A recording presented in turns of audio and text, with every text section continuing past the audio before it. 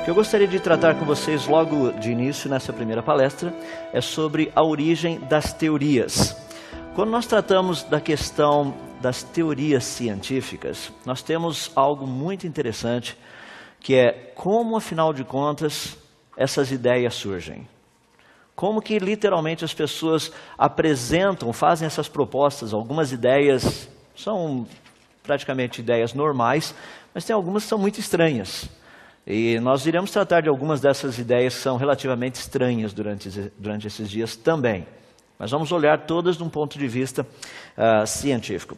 Primeiramente, é importante nós entendermos que quando nós tratamos de temas relacionados com as origens, existe uma gama muito grande de teorias. Eu só queria apresentar alguns termos para você talvez ficar meio familiarizado. Nós temos naturalismo, nós temos evolucionismo, nós temos darwinismo, seleção natural, neodarwinismo, teoria sintética moderna, teoria do equilíbrio pontuado, evolucionismo teísta, criação especial, criacionismo, criacionismo científico, criacionismo religioso, criacionismo bíblico e design inteligente, para citar apenas alguns. Existem muitos outros. Ou seja, o assunto, quando nós tratamos dessa questão das origens, tem muita coisa presa dentro desse contexto. E geralmente a terminologia é muito desconhecida. As pessoas têm uma noção muito vaga. Por exemplo, a palavra criacionismo ou o termo criacionismo. Normalmente quando nós falamos de criacionismo, imediatamente as pessoas já pensam em coisa religiosa. Já estão pensando assim, Deus criou o mundo, ou a Bíblia, ou sei lá, algum escrito religioso, alguma coisa desse tipo. Mas a palavra criacionismo é uma palavra muito interessante. Esse ismo do final significa praticamente um sistema ou um princípio. É a mesma coisa que nós encontramos, por exemplo, em ateísmo. Ismo, nesse finalzinho. Então esse ismo indica o que significa essa palavra. Ou seja, nessa palavra está incorporado um sistema ou um princípio. A primeira parte, criação, essa é uma parte tranquila, é um ato, um processo por meio do qual algo é trazido à existência. Então nós temos duas palavras juntas, formando um conceito. A palavra criacionismo, tecnicamente, ela apenas significa uma proposta ou um conjunto de propostas científicas, tem que ser testável, obviamente, e esse conjunto de propostas afirma que processos naturais e leis da natureza não teriam trazido à existência o universo, a vida e mesmo a complexidade que nós encontramos neles.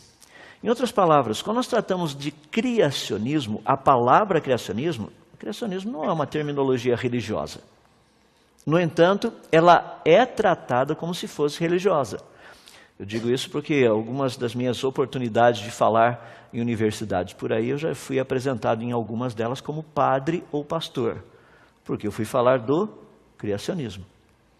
Mas a proposta do criacionismo, a proposta em si, não é uma proposta religiosa. Eu não vou entrar em detalhes em toda aquela terminologia, mas eu vou pegar de toda aquela terminologia 3 termos que são muito importantes para que nós entendamos o significado desses termos. O primeiro deles, que é a ideia de criacionismo, está relacionado com 3 possibilidades desse termo. É por isso que nós temos que usar um adjetivo para esclarecer que tipo de criacionismo. Nós temos praticamente o criacionismo científico, nós temos o criacionismo religioso e nós temos o criacionismo bíblico. 3 tipos de criacionismos diferentes. O criacionismo científico, ele preocupa-se apenas com pesquisa científica. Não existe nenhum interesse por parte das pessoas que trabalham no criacionismo científico em tentar provar que Deus existe, ou mesmo tentar provar que Deus criou o mundo, coisas desse tipo. Não é o alvo. Ele trabalha com pesquisas científicas. Existe uma questão muito interessante a respeito disso. À medida que nós desenvolvermos as palestras, eu creio que o ponto irá ficar muito claro. Muitas pessoas falam assim, mas trabalha com pesquisa científica para quê? Para provar que Deus existe? É impossível provar que Deus existe. Obviamente não é esse tipo de pesquisa científica. Então nós vamos procurar entender um pouquinho mais do que significa essa pesquisa científica do criacionismo científico. Mas existe um outro tipo de criacionismo também, que é o criacionismo religioso. Esse criacionismo, ele é temático, são vários deles. Geralmente esses criacionismos são apresentados da seguinte forma: eles procuram explicar por que um determinado Deus ou uma determinada divindade teria trazido à existência o universo e a vida. Essa é a ideia principal dos criacionismos religiosos. No entanto, existe um, que é o criacionismo bíblico, que não é um criacionismo religioso. O criacionismo bíblico, ele é diferente porque ele não é temático, ele é descritivo. Ele simplesmente diz o que o Senhor Deus fez no dia 1, no dia 2, no dia 3, no dia 4. Ele não tenta explicar por que Deus criou o mundo.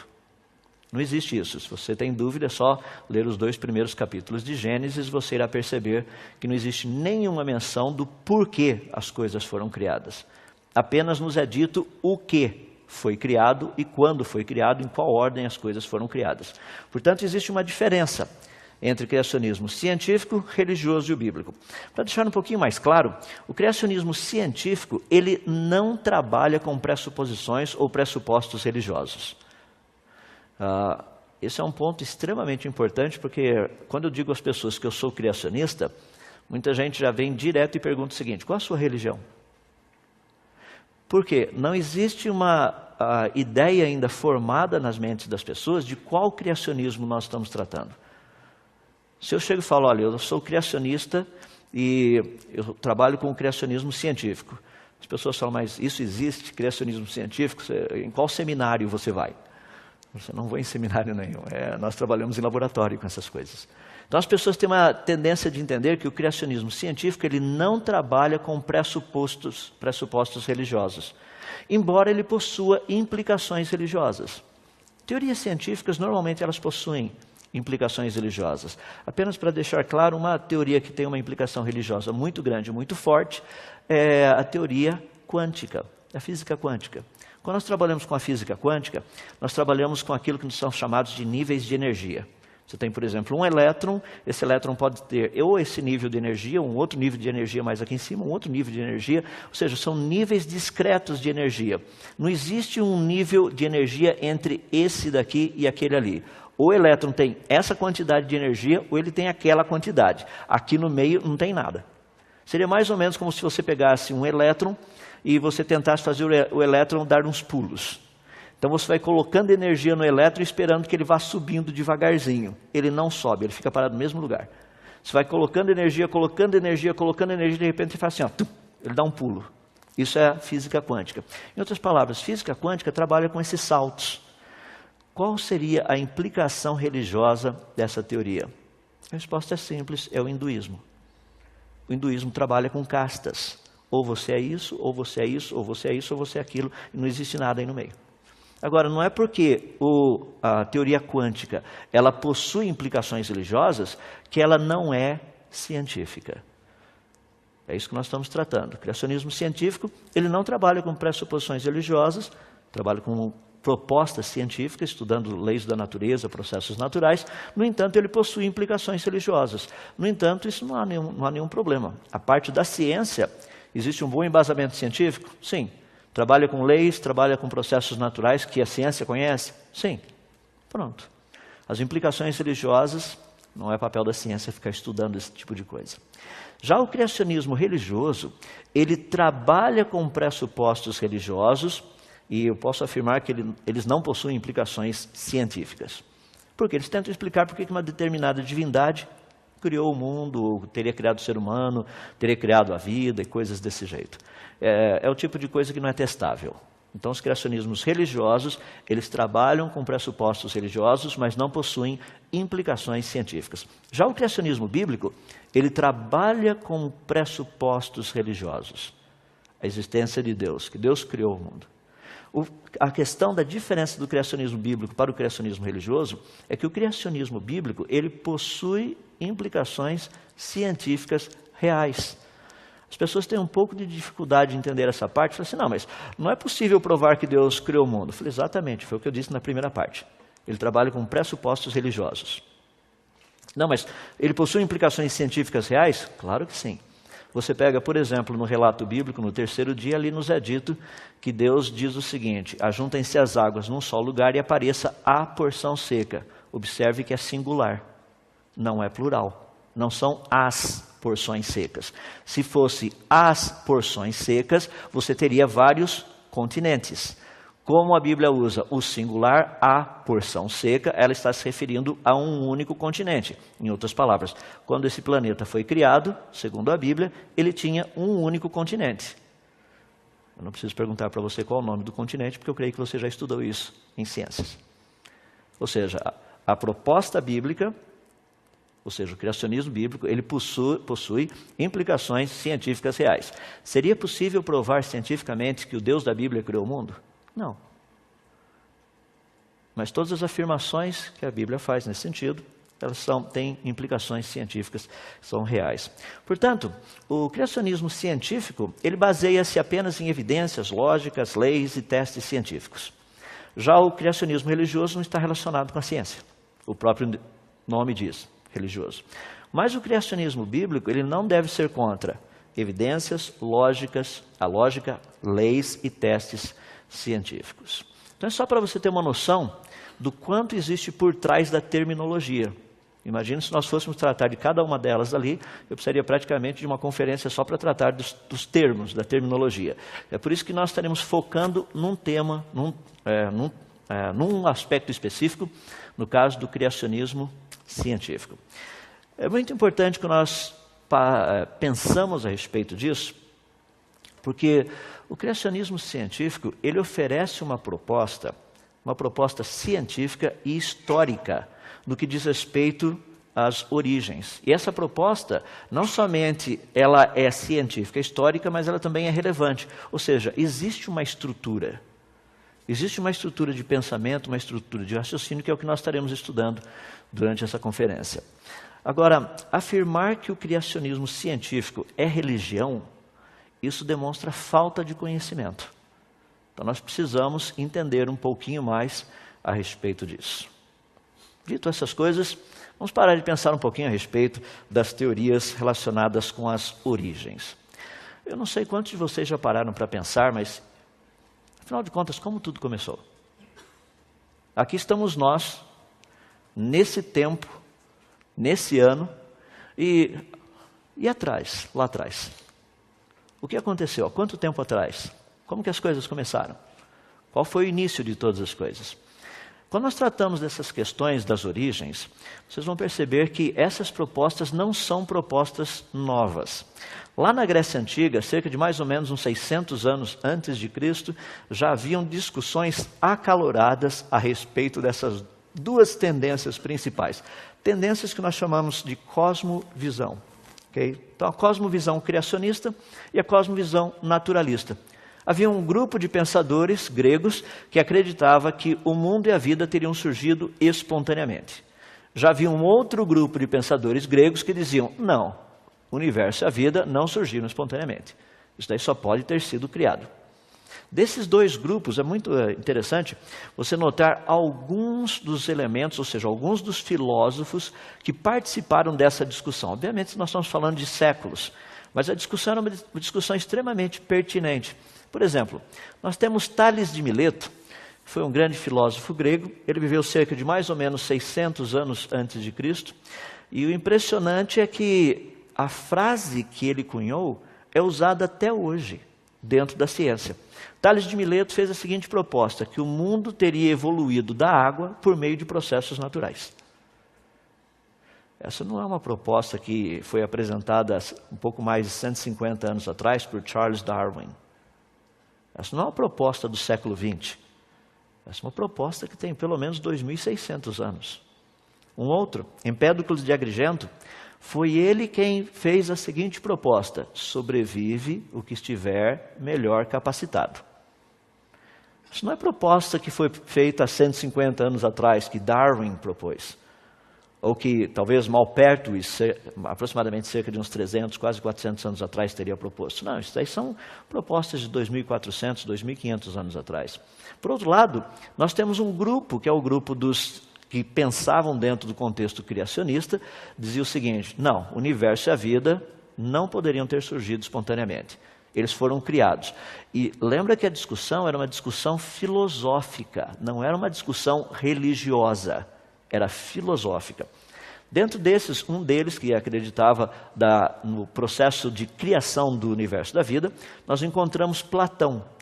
Da onde Platão tirou essa ideia de que o universo e a vida teriam sido criados? Ele disse algo muito interessante. Ele disse que as leis da natureza demonstram uma criação racional. Existe uma lógica muito forte por trás disso que eu gostaria de tentar mostrar para você como funciona. Deixe-me dar um exemplo bem simples. Você está dirigindo o seu carro. Se você virar a direção para o lado direito, o seu carro irá virar para que lado? O lado direito. Por quê? Porque existem leis que regem todo esse mecanismo de direção, forças e etc, coisa e tal, que quando você vira a direção para a direita, o carro irá virar para a direita. Pergunta, o que teria vindo primeiro, as leis ou o carro? A resposta é óbvia, as leis vieram primeiro. O carro foi feito baseado nas leis. Ou seja, o carro não seria a fonte das leis. Esse era o raciocínio de Platão. As leis teriam que existir antes da natureza. A natureza foi criada baseada em leis. É por isso que ela funciona. A natureza não poderia ser a causa da existência das leis. Então nós estamos tratando de uma argumentação muito interessante, outra vez, uns 2.400 anos atrás aproximadamente. Aristóteles também dizia que o universo foi criado segundo um plano racional. Ao olhar ao redor, ele percebia que as coisas encaixavam-se muito bem. E coisas que se encaixam muito bem é porque elas foram criadas. Deixa eu dar um exemplo simples que você poderá entender o raciocínio que Aristóteles teve. Eu vou colocar em termos atuais. Obviamente naquela época eles não tinham parafuso, não como nós temos hoje, tinha umas coisas semelhantes a parafusos naquela época. Mas imagina que eu pedisse a você para consertar um determinado que está quebrado e tem um parafuso e uma porca que você precisaria para colocar ali. Eu lhe desse uma caixa de ferramentas cheias de parafusos e porcas dos mais diferentes tamanhos e, sei lá, dimensões. Eu pedisse para você pegar qualquer duas delas e tentar colocar e arrumar o negócio. Se você pegasse apenas um parafuso e uma porca, sem ter certeza que os dois se encaixam, a coisa funcionaria? Agora, por que uma porca teria exatamente o mesmo diâmetro e a mesma rosca do parafuso? É porque ela foi planejada. Foi esse tipo de raciocínio que Aristóteles teve ao olhar a natureza e contemplar essa sincronia que existe na natureza. Ele chegou a essa conclusão dizendo, o universo só pode ter sido criado. Agora, por que os gregos possuem essas duas áreas de trabalho, o naturalismo e o criacionismo? Porque, no fundo, a filosofia grega, eu estou usando Leucipo, praticamente ele viveu no século V a.C., ele dizia o seguinte, nada acontece casualmente, existe uma razão necessária para tudo. Então os gregos estavam querendo achar qual era a razão primeira da existência de todas as coisas. No fundo eles estavam fazendo a mesma pergunta que nós nos fazemos. Como tudo começou? Como tudo isso teria vindo à existência? Então o que nós temos aqui é uma questão muito interessante de praticamente, pelo menos uns 2.400, 2.500 anos aí de propostas. Gostaria de apenas colocar algo para você pensar. Os naturalistas gregos ou os criacionistas gregos, qual desses dois grupos tinha razão? É muito interessante porque as pessoas chegam e falam assim, não, agora com toda a ciência que nós temos, fica fácil dizer qual dos dois tinha razão. E é por isso que é extremamente importante a gente trabalhar dentro desse congresso que nós estamos fazendo, para você entender e conhecer um pouquinho mais quem ou qual desses dois grupos estava correto. Dentro do contexto do criacionismo histórico, muitas pessoas tem uma perspectiva um tanto quanto que equivocada dos cientistas criacionistas do passado. Eu até costumo, de vez em quando, nas palestras que eu dou em algumas universidades, fazer a pergunta, para vocês, alguém poderia citar um nome de um criacionista que você conhece? Um criacionista que tenha sido um grande cientista do passado? E tem algumas pessoas que ficam assim pensando e não vem praticamente ninguém à mente. Para os cristãos vêm nomes bíblicos.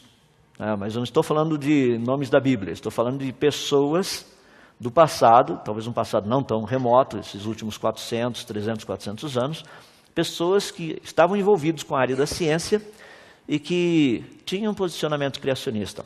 Deixe-me citar apenas alguns nomes para você entender. Nós temos, por exemplo, Francis Bacon. Francis Bacon foi praticamente quem inventou o chamado método científico que é utilizado até hoje.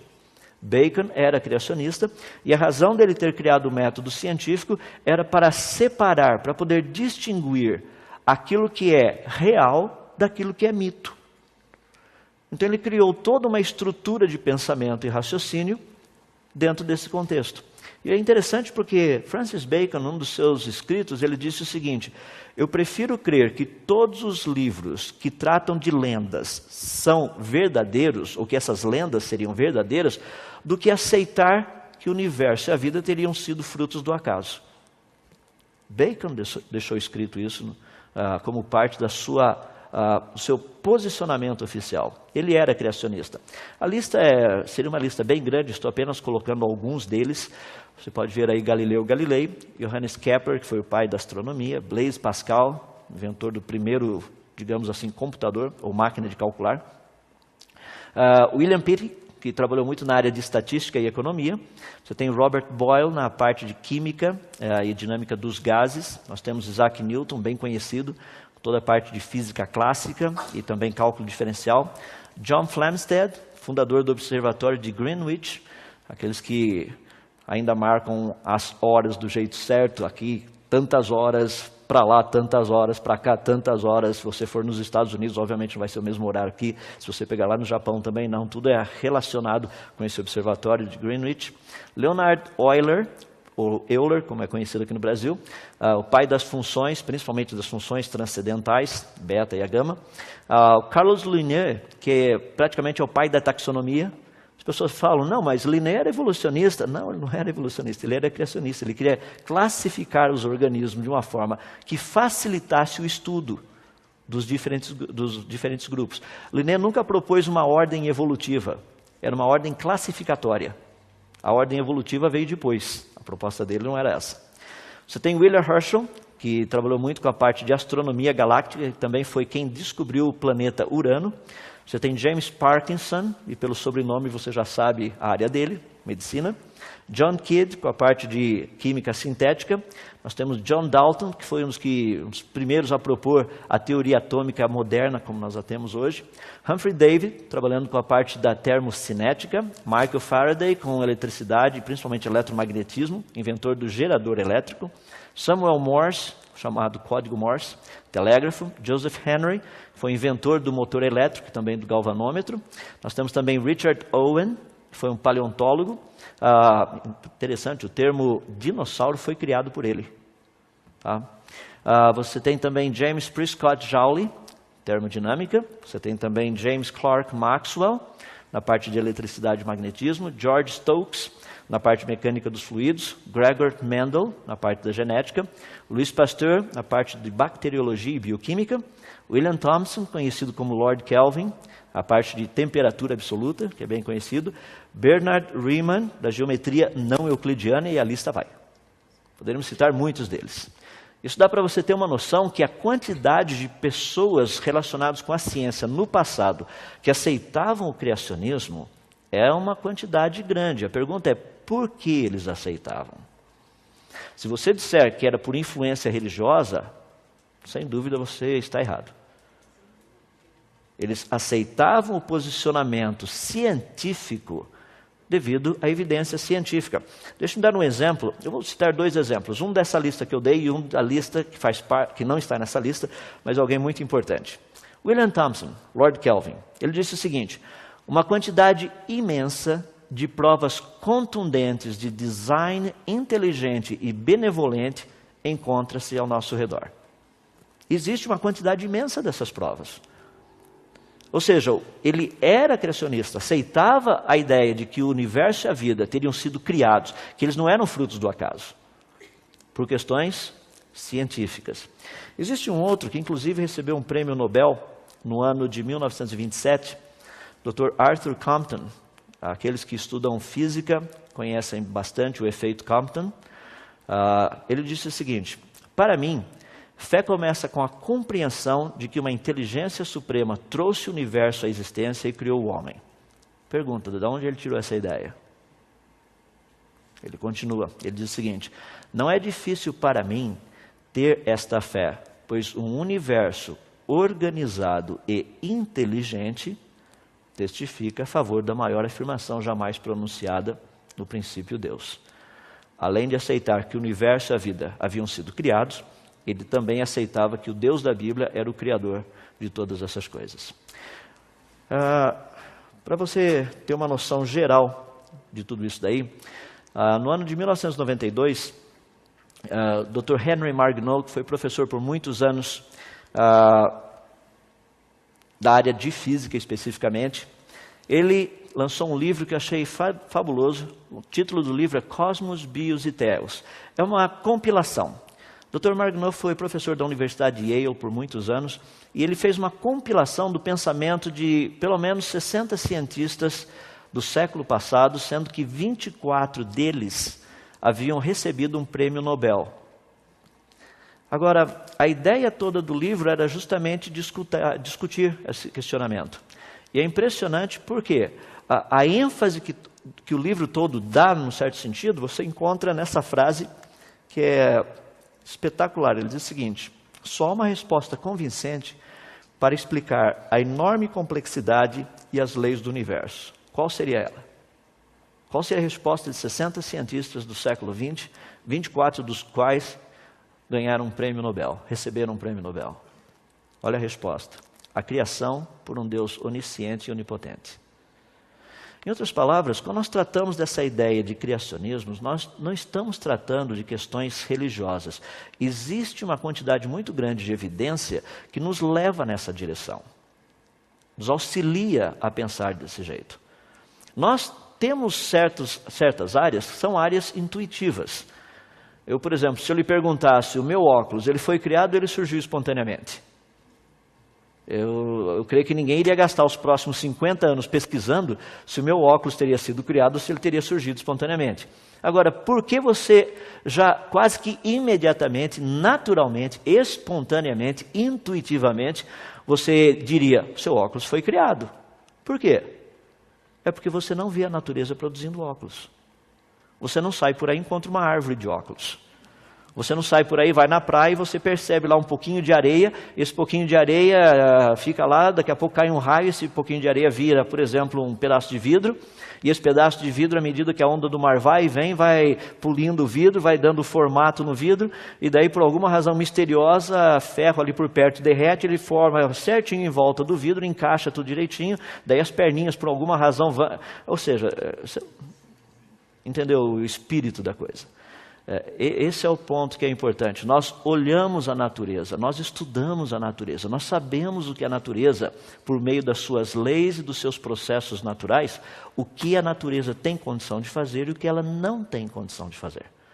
Baseado nesse conhecimento, é que muitos cientistas dizem, o universo e a vida foram criados. Então, quando nós pensamos em termos dessas teorias todas, essas ideias, vamos parar e pensar um pouquinho no mecanismo de tudo isso. Eu queria dar algumas sugestões para vocês. Por exemplo, quando nós tratamos teorias, nós temos que fazer observações. Eu acabei de mencionar alguns exemplos aí. Você não acha uma árvore de óculos, obviamente, mas você acha árvores de outras coisas. Você tem condição de ver muita coisa interessante. Eu queria usar um exemplo bem prático, que é o seguinte. Imagina que nós quiséssemos estudar a questão da chuva. Formando assim um tempo muito negro de chuva, parece que vai chover bastante. Então nós queremos aprender um pouquinho ali. E você percebe que existe alguns eventos, alguns fenômenos que ocorrem normalmente quando existe chuva. Você percebe que tem um tipo de nuvem específico. Você percebe que algumas vezes tem raios, e quando tem raios tem trovão. Você percebe que à noite, quando está formando aquele tempo de chuva, existem relâmpagos. Mas você percebe algumas vezes também que noites que não tem nuvem nenhuma também tem relâmpago. Daí você vai tentar associar todos esses itens. Dentro da ciência é justamente isso que nós precisamos fazer. Nós precisamos olhar as evidências, olhar os fenômenos, estudar e ver se existe algum tipo de relacionamento entre eles. Quer ver um exemplo que é muito interessante? Eu gosto de colocar isso daí, porque todos nós somos bons cientistas. Você é, eu também, o pessoal que está nos ouvindo também. Olha que interessante. Você chega na sua casa, aquele vaso espetacular que você ganhou de presente, que é caríssimo, está lá no chão em 500 milhões de pedaços, quase atomizado. E você pergunta para o seu filho, que está segurando uma bola de futebol, e pergunta a ele o seguinte: o que aconteceu? A resposta dele é a seguinte: o vaso caiu. Eu quero dizer para vocês que vasos não caem. Vasos são derrubados. Não existe vaso com problema psicológico tendente ao suicídio, eles pulam do lugar onde eles estão e se matam. Ou seja, nós sabemos que certas coisas têm alguma coisa por trás. É isso que a ciência procura fazer. Nós precisamos descobrir o que produz isso, o que teria produzido aquilo. Quando nós juntamos essas ideias todas, daí nós podemos chegar a algumas conclusões. Isso é praticamente o que eu acabei de dizer agora. Nós estabelecemos isso na ciência, trabalhamos com isso, dentro daquilo que é chamado de método científico. Eu vou resumir, para ficar bem fácil, o método científico, ele primeiro faz observações. Então nós vamos lá e ficamos observando uma determinada coisa. Vemos como que esse negócio, o que acontece ali. Quantas vezes acontece? Com qual frequência acontece? E se acontece quando isto está presente e se acontece quando aquilo está presente. Ou se não acontece quando isso está presente, ou se não acontece quando aquilo está presente. Ou se não acontece quando os dois estão presentes. Ou se acontece quando os dois estão presentes. Então, o que nós fazemos? Nós fazemos observações. Depois de observar, nós fazemos aquilo que nós chamamos de hipótese. Tentamos dar uma explicação. Pelo menos uma explicação básica. Essa proposta, no caso a hipótese, ela não necessita ser testável. Nós apenas estamos expressando aquilo que nós achamos. Depois de avaliarmos bem essa hipótese, nós temos que formulá-la de uma maneira que ela se torne uma teoria. Daí sim, como teoria, ela precisa ser testável. Daí nós precisamos lá e fazer um teste, ver se ela funciona ou não. E por fim, se essa teoria, nós percebemos que ela funciona e ocorre em todas as vezes, nós transformamos essa teoria naquilo que nós chamamos de lei. Ou seja, essa explicação realmente descreve como a natureza funciona. Então essa é a ideia básica que nós temos aí por trás. Só para você entender, essa questão de leis da natureza é algo muito legal. Porque nós precisamos entender e aprender sobre elas. Nós não criamos as leis, nós apenas descobrimos as leis. Então, geralmente, quem descobre a lei, recebe, ou seja, o nome dessa pessoa passa a fazer parte dessas leis que agora são conhecidas. Por exemplo, se eu falar para vocês, as leis de Kepler. Kepler não criou as leis, Kepler descobriu as leis. Então, nós temos 3 leis de movimento planetário. São as leis de Kepler. E assim funciona dentro desse contexto, as leis da natureza. E existe uma quantidade muito grande delas. Estou citando apenas algumas aí. Existem leis que são leis de conservação, existem outras leis relacionadas com gravidade, leis que estão relacionadas com o movimento planetário, que eu não citei, leis da termodinâmica, leis de radiação, leis relacionadas com a luz, e a lista vai. Nós temos leis dentro da ciência também, leis como a biogênese, as leis que regem a hereditariedade, leis que regem a codificação genética, tem uma lista muito grande. Um exemplo prático, aí nós temos na física a ideia de leis das cargas elétricas. Cargas elétricas com o mesmo sinal, positivo, positivo ou negativo, negativo, elas se repelem. Cargas elétricas com sinais opostos se atraem. Não fomos nós que determinamos isso. Nós apenas descobrimos que é assim que a natureza funciona. É uma lei. Quando nós trabalhamos na química, a lei do equilíbrio químico. Você percebe que certas misturas, quando nós colocamos juntas ali, por exemplo, aí você está vendo o cloreto de cobalto, que muitos professores de química gostam de fazer, porque os alunos ficam, uau, muda de cor. Você coloca um negocinho lá, de repente tem uma cor, daí ele vira outra cor. Por quê? Um equilíbrio químico. É espetacular. Funciona, funciona. Não fomos nós que determinamos essa lei, nós apenas descobrimos que é assim que a natureza funciona. Quando nós pegamos o exemplo que eu dei para vocês, as leis de Kepler, relacionadas com o movimento dos planetas, a órbita dos planetas em volta de um corpo celeste não é uma órbita circular, é uma órbita elíptica. Não fomos nós que criamos essa lei ou essas leis. Não, nós apenas as descobrimos. No caso da lei da biogênese, vida gera vida. Essa é uma lei que foi descoberta. Não fomos nós que criamos a lei.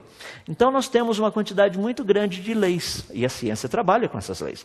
Nós temos também uma quantidade muito grande de processos naturais. Ou seja, são os processos que a natureza usa para funcionar.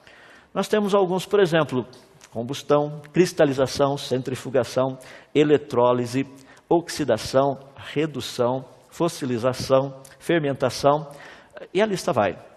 Todos esses processos nós não criamos, nós sabemos que eles existem na natureza, a natureza os utiliza. Em alguns casos nós aprendemos com a natureza e a gente faz igual. Por exemplo, a questão da combustão é algo muito interessante.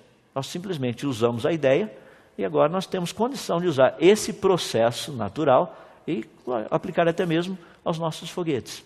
Nós temos, por exemplo, coisas que nós procuramos evitar, que é a oxidação. Essa é uma área que eu trabalho, dentro da área de anticorrosão.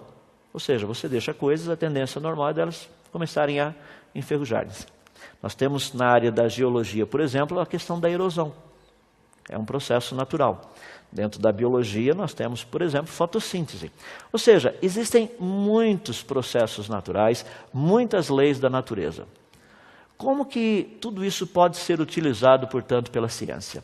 Quando nós olhamos lá no passado, nós não temos condição de saber como que as coisas foram criadas, mas nós temos as leis da natureza e os processos naturais.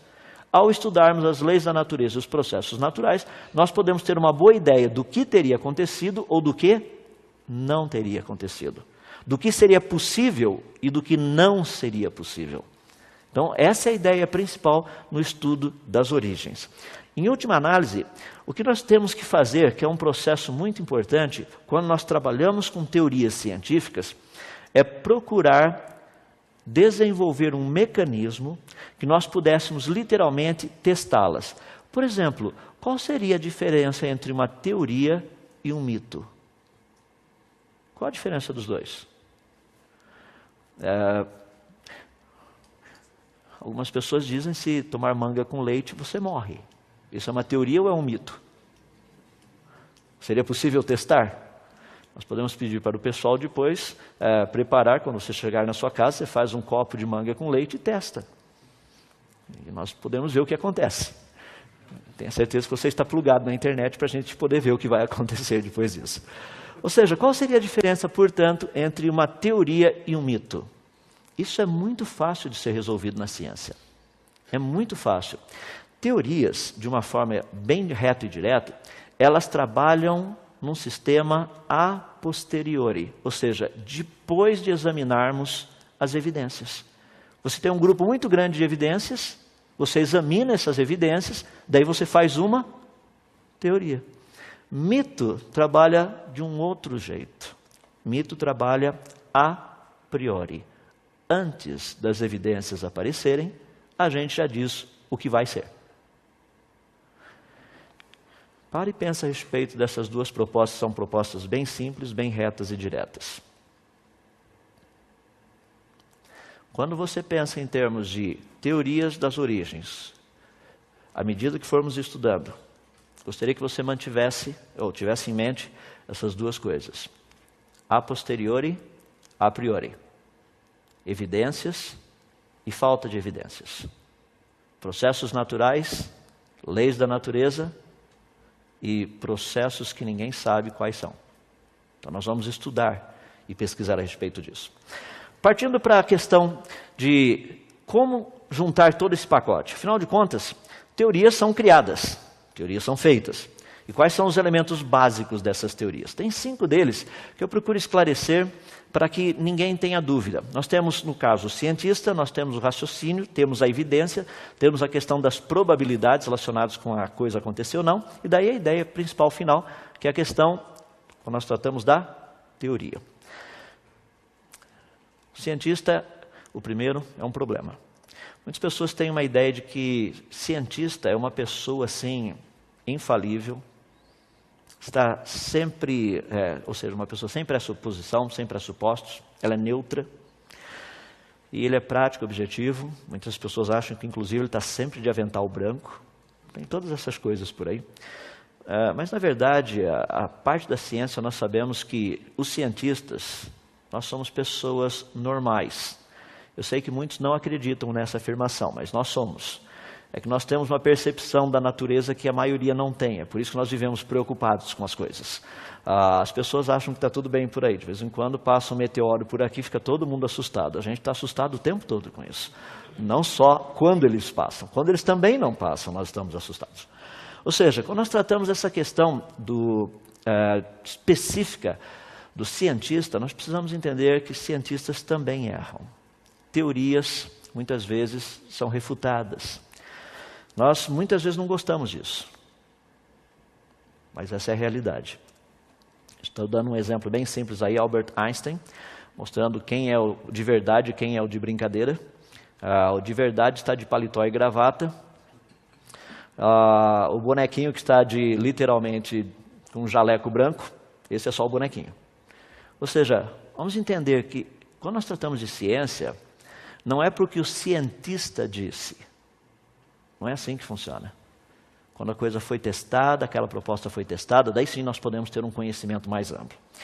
Temos também o contexto, que é uma parte extremamente importante do raciocínio. Esse é um exemplo que ajuda demais a entender como que muitas vezes o raciocínio, embora sendo lógico, 3 pontinhos. Olha só, Zenão, ou Zeno, como ele é conhecido, foi um grande pensador grego. Ele disse o seguinte: eu consigo provar que você, saindo daqui, você jamais conseguiria chegar, por exemplo, na sua casa.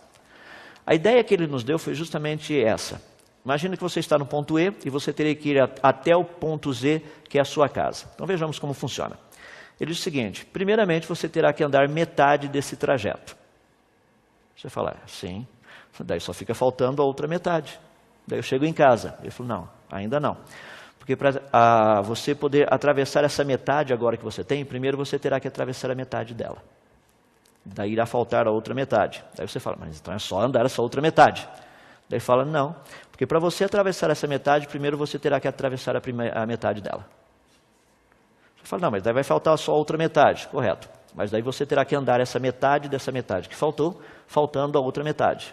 Você fala, mas daí é só andar a outra metade. Falo, não, daí você primeiro terá que andar metade dessa metade. Daí irá faltar a outra metade. Você fala, não, mas daí é só andar aquela metade. Mas para andar aquela metade, primeiro você terá que andar a metade daquela metade, irá faltar a outra metade. Você fala, mas daí é só andar aquela metadezinha. Mas para você andar aquela metadezinha, ainda você tem que andar a metadezinha da metadezinha daquela metadezinha. Vai faltar a outra metadezinha. Você fala assim, peraí, eu sempre vou ter que andar uma metade. A pergunta é, seria possível alguém chegar lá se sempre você teria uma metade ainda para ser andado? Independente de quão pequeno for. É o que eu brinco com as pessoas. Imagina que você está num edifício pegando fogo, você tem que saltar desse prédio para o outro. A distância é de 2,90 metros. E você consegue pular 2,89 metros. Eu acho que você não vai cair no outro prédio. Matematicamente eu posso dizer que nós vamos ouvir coisas fabulosas a teu respeito, tudo que você fez na sua vida e coisas assim. Em outras palavras, você teria que percorrer a distância toda para chegar lá. Quando as pessoas olham para esse paradoxo do Zeno, eles dizem o seguinte, rapaz, mas esse é um paradoxo extremamente interessante, porque ele é lógico. Correto. Esse é o ponto que eu gostaria de tratar. O fato dele ser lógico significa que ele está correto? Não. Nem todo raciocínio lógico está correto. O raciocínio é lógico, só não está correto. Tanto é que nós podemos usar a matemática e mostramos claramente, aí você tem uma sequência muito interessante, vai vendo como que funciona as metades, somando uma metade, mais outra metade, mais outra metade. Ou seja, dá para a gente resumir, isso daí é uma série geométrica infinita, ela é convergente. Se você gosta da teoria dos limites e trabalhar com limites, você pode fazer todos os cálculos, mostrando que uma somatória infinita de metades é o número 1, ou seja, é o completo. Essa é uma das áreas que eu gosto, matemática. Tem condição de você somar coisas absurdas por aí. Um número infinito. Como é que você soma um número infinito? É só pegar o primeiro e o último. Aí você fala, mas como que é o primeiro e o último? Por exemplo, entre o número 1 e o número 2 existe um número infinito de números. Mas é possível somar os dois. Se você não entendeu isso, não se preocupa. Raciocínio é algo importante. Nós temos aí, por exemplo, a coluna geológica. Dentro da coluna geológica, a ideia que nos foi passada é que essas camadas de rochas que nós encontramos no solo no planeta Terra seriam camadas que teriam sido produzidas ao longo da história do planeta. O raciocínio é lógico? Sim. A pergunta é, ele está correto? Então, quando nós olhamos um raciocínio como esse, nós percebemos que existem fósseis de troncos de árvores, são fósseis poliestratificados. Eles atravessam várias camadas dessa coluna geológica. Então, nós sabemos que, embora o raciocínio seja lógico, ele não está correto. Nós vamos trabalhar um pouco mais com isso lá na frente. Uma outra área que é importante dentro dessa questão de desenvolvermos uma boa teoria está relacionada com a questão das evidências. Por exemplo, suponhamos que eu queira desenvolver um método simples, bem simples, para obter raiz quadrada de alguns números. Raiz quadrada é uma operação matemática. Mais especificamente, raiz quadrada de 4 algarismos. Se você esqueceu o que é raiz quadrada, é só achar um número que multiplicado por ele mesmo dá o valor daquele número que você quer achar a raiz quadrada. Vamos tornar a coisa simples. Raiz quadrada de 100. Que número multiplicado por ele mesmo dá 100? É o 10. 10 vezes 10 dá 100, portanto a raiz quadrada de 100 é 10. Essa é a ideia. Então vamos procurar achar uma metodologia que nos permita ter raiz quadrada, literalmente, de números de 4 algarismos, ou seja, que vão de 1000 até 9.999. Aí você tem um deles, 2025, raiz quadrada é 45. Deixa eu me dar uma dica de como fazer isso. Se você pegar 2025 e dividir bem no meio, você tem 20 e tem 25, se você somar os dois dá 45, que é exatamente o valor da raiz quadrada. Esse é um método espetacular. A gente trabalha com isso o tempo todo. Um outro exemplo disso, 3025. Raiz quadrada de 3025 é 55. Se você dividir de novo no meio, você tem 30 com 25, e 30 mais 25 dá 55, que é exatamente o valor da raiz quadrada. E se você acha que só funciona com 5, eu quero mostrar que funciona também com aquilo que não é 5. Raiz quadrada de 9.801 é 99. Se você dividir novamente no meio, você tem 98 mais 1 dá 99, perfeito. Ou seja, existem evidências. Eu poderia dizer para você o seguinte, está aí uma metodologia de você achar raiz quadrada de números que vão de 1000 até 9.999. E daí você sai feliz da vida daqui, fala assim, que bom, segunda-feira eu vou matar meu professor de matemática porque ele não me ensinou isso. O que ele me ensinou foi um pouquinho diferente dessas coisas. No entanto, se você fizer a sua pesquisa um pouquinho mais aprofundada, você vai descobrir, por exemplo, números como 1024, que a raiz quadrada é 32. Se você usar a metodologia e dividir bem ao meio, você tem 10 mais 24, que daria 34. Só que a raiz quadrada é 32. Você fala, puxa, mas deu perto. Estava indo tão bem. Raiz quadrada de 2500 é 50, só que 25, dividindo em duas partes. 25 mais 0 dá 25. Raiz quadrada de 5.929 é 77. Só que se você somar 59 com 29, dá 88 e não 77. E as pessoas chegam e falam assim, rapaz, o que aconteceu? Estava indo tão bem. A teoria deveria funcionar. A evidência era boa. O problema é que eu peguei apenas 3 números que eu ofereci a vocês, e são os únicos 3 números de 1000 até 9.999 que esse negocinho funciona. Ou seja, seria possível manipular a evidência? A resposta é sim, é possível manipular evidências. Então nós precisamos pegar o maior número de evidências possível. O maior número. Os 2 últimos pontos que eu gostaria de colocar para você pensar, um deles está relacionado com um aspecto muito importante, que é o que nós tratamos da teoria, a teoria do bolo de chocolate. Essa teoria é uma teoria muito interessante. Eu já tenho citado, creio que você já deve ter ouvido. A teoria seria o seguinte, você chega na sua casa hoje à noite e, adivinha o quê? Tem um bolo de chocolate esperando por você lá. Só que quando você saiu não tinha bolo de chocolate. Então como funciona? Primeira parte da teoria, uma teoria, iria sugerir que alguém que sabe fazer bolos de chocolate foi até a despensa, pegou os ingredientes e preparou um bolo de chocolate. Fez tudo certinho, ou seja, o bolo de chocolate foi produzido por uma mente inteligente. Uma segunda teoria, que é bem interessante também, diria o seguinte, que um caminhão de supermercado estava fazendo entrega, passando perto da sua casa, o garoto o teu vizinho lá, atravessou na frente do caminhão correndo para pegar a bola, e literalmente o motorista do caminhão, para não atropelá-lo, acionou os freios e adivinha o que aconteceu? O caminhão começou a capotar. Lá atrás desse caminhão que estava fazendo entregas para o supermercado, tinha sacos de farinha, sacos de açúcar, tinha latinhas de... todos esses negócios lá atrás. E começou a capotar e os sacos de farinha se abriram, as latinhas de Nescau também, latinhas de fermento também, os pacotinhos de leite romperam-se. Esse negócio todo foi acontecendo. E lá atrás também tinha um tipo de um container pequenininho, que um pouco da farinha caiu ali dentro, um pouco do açúcar caiu ali dentro, um pouco do sal caiu ali dentro, um pouco do achocolatado caiu ali dentro, um pouco do, sei lá, do óleo caiu lá dentro também. E, por incrível que pareça, os ovos batiam lá em cima e caíam lá dentro também. Foi espetacular a coisa do que estava acontecendo lá atrás. E depois de um certo tempo, esse caminhão parou, pegou fogo.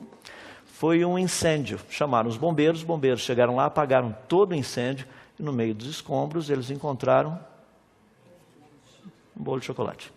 Como aconteceu em frente à sua casa, eles deixaram um bolo de chocolate lá na sua casa, para resolver o problema de tudo.